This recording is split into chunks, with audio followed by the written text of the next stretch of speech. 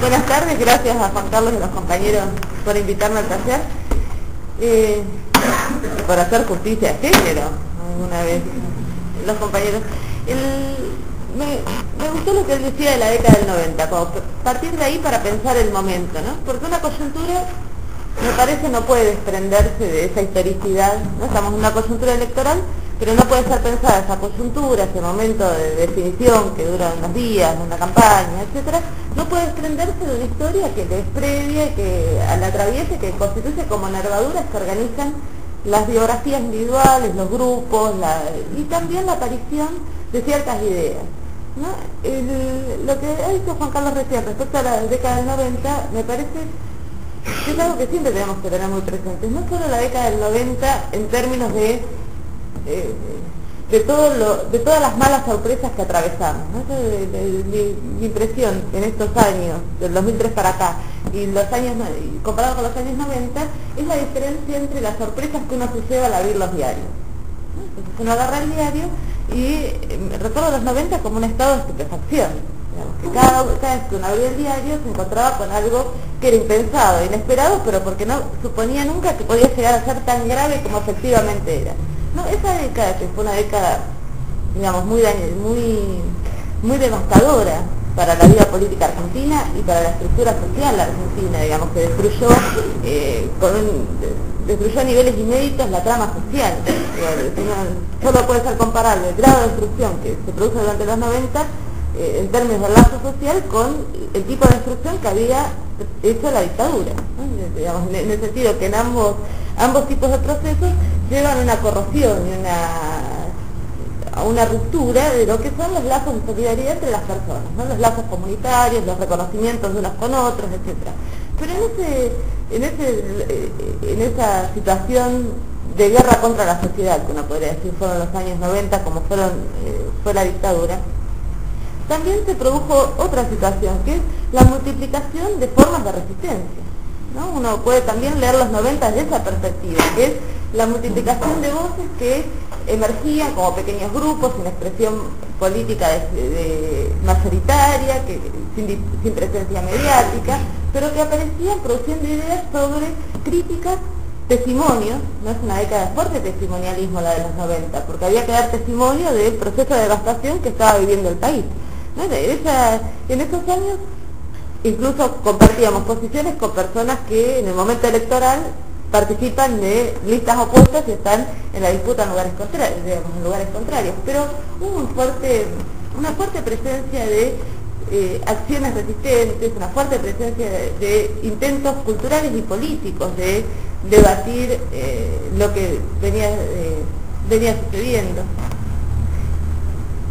Mi experiencia en los años 90 fue desde la universidad, ¿no?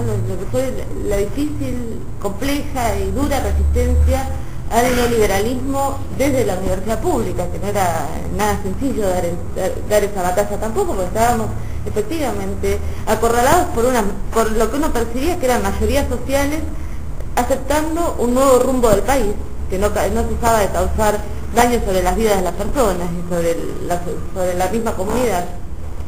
Pero durante esa década, y fundamentalmente yo diría, es a partir de mediados de los 90, donde ese tipo de resistencia, que en principio había sido minoritaria, excepcional, que solo testimonial, empieza a tener una emergencia distinta, que es la aparición de organizaciones sociales, ¿no? De mediados de los 90 en adelante, yo diría, creo que hay dos tipos de organizaciones que modifican, en el sentido de que generan un corte muy fuerte con esta homogeneidad que parecían tener los años 90, que es la emergencia de hijos, ¿no? como el momento en que se insufla un nuevo tipo de energía militante, una generación nueva a la lucha por los derechos humanos en Argentina. Por un lado la aparición de hijos y por otro lado la aparición y el desarrollo de los movimientos de desocupados, ¿no? Creo que el primer corte Cutralcó fue a mediados de los 90 y de ahí se desarrolla en los barrios un proceso fuertísimo de organización popular.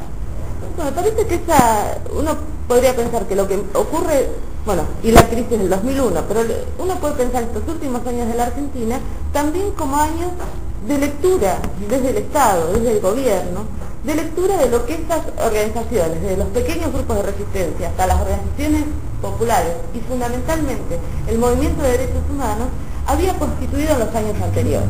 Es decir, me parece que el proceso político que se abre en el 2003 es un proceso y se abre después de la crisis del 2001, ¿no? Insisto con eso, pero es un proceso que sus momentos más interesantes son el tipo de vínculo que establece, inédito, el vínculo que establece con la movilización anterior de la Argentina.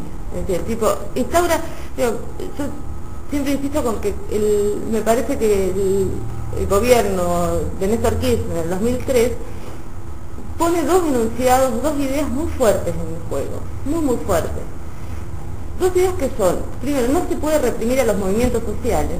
En una historia como la Argentina, esto tiene una significación muy profunda. No se puede reprimir a los movimientos sociales y hay que establecer justicia respecto a los hechos del pasado.